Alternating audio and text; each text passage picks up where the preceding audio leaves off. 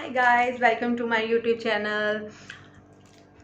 Actually आज का मौसम जो चल रहा है, बहुत ही अच्छा वेदर चल रहा है।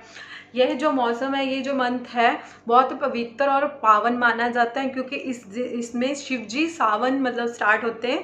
सावन में शिव जी की उपासना, व्रत, उनका ध्यान लगाया जाता है। उसी से रिलेटेड आपको एक महत्वपूर्ण चीज़ बताने जाती हूँ, बेलपत्र। बेलपत्र की क्या महानता है उसके बारे में आपको बताने जाती हूँ। बेलपत्र आपको पता ही है कि क्या होता है। अगर किसी को नहीं पता तो मैं स्क्रीन पे दिखाती हूँ। कुछ ऐसा कुछ होता है बेलपत्र, आपने देखा होगा, इसका वृक्ष भी देखा होगा। और इसमें एक फ्रूट भी लगा जाता है जो हम बेल के जूस में उपयोग किए जाते हैं। जो गर्मियों का मंथ होता है जिसमें लू चलती है, उसमें प्रयोग किया जाता है। तो ये बेलपत्र की मैं आपको महत्व बताने जा रही हूँ कि क्या होता है। बेलपत्र आपको यह पता है कि ये शिवजी भगवान जी का बहुत ही प्रिय है। किस लिए प्रिय है मैं वो बताना चाहती हूँ कि बेल का जो वृक्ष है हमारे शास्त्रों में बहुत ही पूजनीय माना जाता है।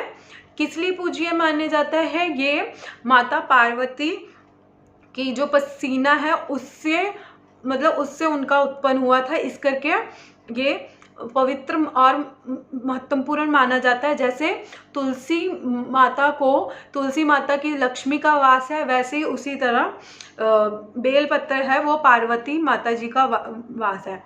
और बेलपत्र क्यों उपयोग करते हैं इसके बारे में। बेलपत्र एक ही बहुत ही, मेरे पास शब्द नहीं है, फिर मैं आपको बोलना चाहती हूँ। बेलपत्र एक बहुत ही पुराने शास्त्रों के हिसाब से बहुत ही पूजनीय ही माना जाता है। बेलपत्र कुछ इस प्रकार का होता है, आपको पता होगा। इससे शिवजी जी बहुत ही प्रिय करते थे। जब हम शिवलिंग पे जल चढ़ाते हैं या कुछ चढ़ाते हैं तो हम बेलपत्र जरूर चढ़ाते हैं।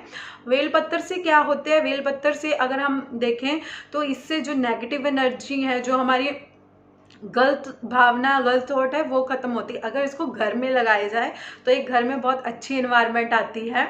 जो है ये बेलपत्र, हमें जरूरी नहीं कि हम सावन के मंथ में ही शिवजी जी के प्रिय ही है, शिवजी जी के हमेशा के लिए प्रिय है। तो बेलपत्र की ये महानता है। बेलपत्र को कैसे तोड़े, किस तरह तोड़े।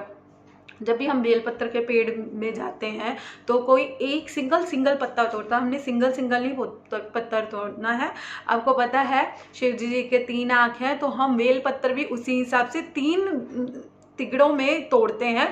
कुछ ऐसा कभी भी हम सिंगल नहीं तोड़ते हैं, हम तीनों में तोड़ते हैं। कई लोग इसमें चंदन का टीका लगा के शिवलिंग पे रखते हैं, कई लोग ऐसे रखते, कोई दूध का अभिषेक करके फिर रखते हैं। आपको जैसा सही लगे वैसे रख करो। मन में अगर श्रद्धा और भावना हो तो किसी तरह भी आप पूजा कर सकते हो। इसमें कोई भगवान जी ये नहीं कहते कि मुझे जल चढ़ाओ या दूध चढ़ाओ, कुछ नहीं है। ये तो मानवता की अपनी अपनी जो भावना है, अपनी प्रक्रिया है, वो अपनी उत्पन्न करके अपने भगवान जी के लिए सेवा में लगे रहते हैं। तो बेलपत्र की इतनी छोटी सी मेरे पास महत्ता थी जो मैंने बता दी। क्या है, क्योंकि जो हमारे शास्त्रों में है बहुत ही पूजनीय है, पेड़ माना जाता है। इसको जल चढ़ाया जाता है, इसके नीचे अगरबत्ती जलाई जाती है, क्योंकि ये हमें, अगर साइंस के अकॉर्डिंग देखें तो ये हमें ऑक्सीजन देता है। इसलिए अगर हम देखा जाए तो बेलपत्र एक ही बहुत ही गुणकारी पेड़ है। अगर इसका आपने फ्रूट देखा होगा, फिलहाल मैं अभी ये फ्रूट मुझे नहीं देखा होगा, क्योंकि ये मौसम जो ऐसा होता है ना कि इस टाइम जो भी पुराने से पुराने पेड़ होते हैं या कोई पौधे होते हैं तो इस मौसम में ग्रोथ करते हैं। अगर आपने ध्यान देखना, चारों तरफ हमारी हरियाली होती है। तो इस टाइम आपको वो जो फ्रूट होते हैं वो मैं नहीं दिखा सकती हूँ, पर ये गर्मियों में जून में, मई में, अप्रैल में स्टार्ट हो जाता है। अप्रैल मई में ये स्टार्ट होता है, कुछ सर्कल में होता है और उसका जो अंदर वाला पार्ट होता है वो येलो होता है। उसका जो जूस बनता है ना, बहुत ही लाभदायक होता है, क्योंकि वो सबसे पहले अप्रैल से लेकर जुलाई में जो धूप की यूवी किरणें हैं बहुत हाई वोल्टेज की होती है, जो हमारी स्किन के लिए और मतलब हमारी बॉडी के लिए बहुत हानिकारक है, जिसको हिंदी में लू लगना कहते हैं।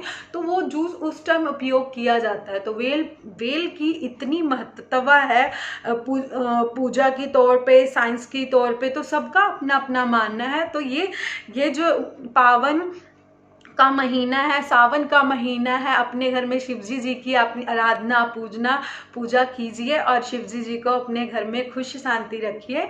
यही छोटी सी टिप्स है गाइस जो मैं अपने यूट्यूब में दे रही थी। अगर आपको वीडियो अच्छी लगी हो तो लाइक शेयर कमेंट्स जरूर करना। Thank you so much.